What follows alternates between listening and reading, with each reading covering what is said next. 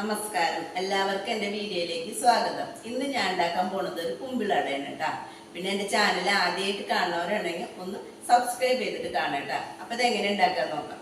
തന്നെ ശർക്കര ഉരുക്കാനായിട്ട് ഞാൻ ചീഞ്ചട്ടി വെച്ചിട്ടുണ്ട്. അപ്പം അത് ചൂടായിട്ടുണ്ട്. അപ്പോൾ കുറച്ചരി വെള്ളം ഒഴിക്കട്ടോ. എന്നിട്ട് ഞാൻ 2 ശർക്കരയാണ് എടുത്തുള്ളൂ കേട്ടോ. അത് ഒന്ന് തകർത്തുണ്ട്. അതൊന്ന് ഉരുകി വരട്ടെ കേട്ടോ. ആ സമയത്ത് ഇവിടെ വെള്ളം വെച്ചിട്ടുണ്ട് പൊടി കുഴയ്ക്കാനായിട്ട്.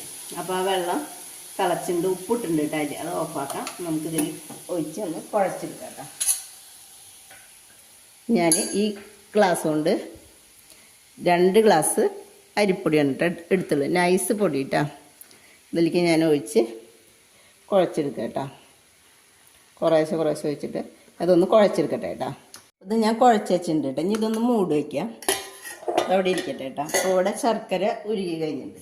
അപ്പോൾ ഇതിലേക്ക് ഒരു അരമുറി തേങ്ങ ചെരുകിയതാണ് കേട്ടോ. ഇതായിരിക്കിടാം.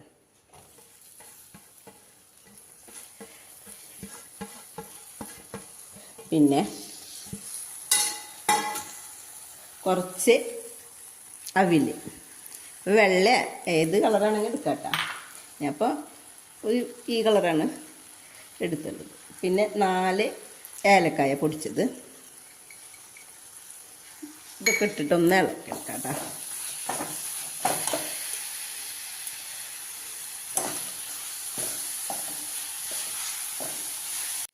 ഒരു ചെറിയ ടീസ്പൂൺ നെയ്യ് കേട്ടോ.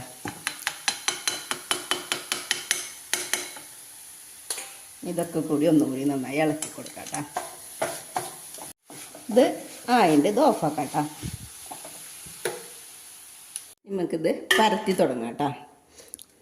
ഒരു ഇല ഞാൻ വാട്ടിയിട്ട് ഇട്ടത് കഴുകി വാട്ടിയുള്ളതാ. ഇനി ഇതിൽ കുറച്ച് മാവ് എടുക്കുക. ഈ ഇലല്ലേ ഇവിടെ നിന്ന് ഇങ്ങനെ പകുതി മടക്കി വയ്ക്കുക. ഇവിടെ നിന്ന് ഇട്ടിട്ട് നമുക്ക് പരത്ത് നൈസായിട്ട് പരത്തിക്കോളൂ കേട്ടോ.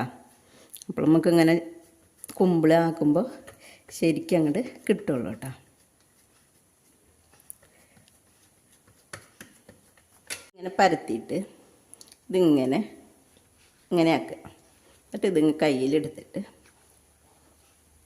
കണ്ട നമ്മളെ കപ്പലണ്ടിയുടെ പൊതിയൊക്കെ ഉണ്ടാക്കണ മാതിരി അങ്ങനെ ഒരു ഇതുണ്ടാക്കുക. എന്നിട്ട് ഇതിലേക്ക് നമ്മളെ തേങ്ങ ശർക്കര ഇതാക്കിയത് ഇത്. എന്നിട്ട് ഈ 2 സൈഡ് ഇങ്ങനെ ആക്കിയിട്ട് ഇതെടുത്തിട്ട് ഇങ്ങനെ കൊടുക്കും.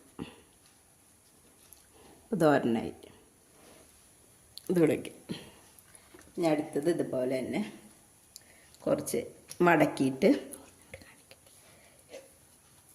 ഇതുമാതിരി പരത്ത് നൈസായിട്ട് പരത്തിക്കോളൂ കേട്ടോ. അപ്പോൾ ഇത് റെഡി ആവുള്ളൂ. കുറച്ച് വെള്ളമൊക്കെ ഇങ്ങനെ തൊട്ട് കൊടുത്തിട്ട് നമുക്കിങ്ങനെ ഇങ്ങനെ പരത്തിരിക്കട്ടെ കേട്ടോ. ഞാൻ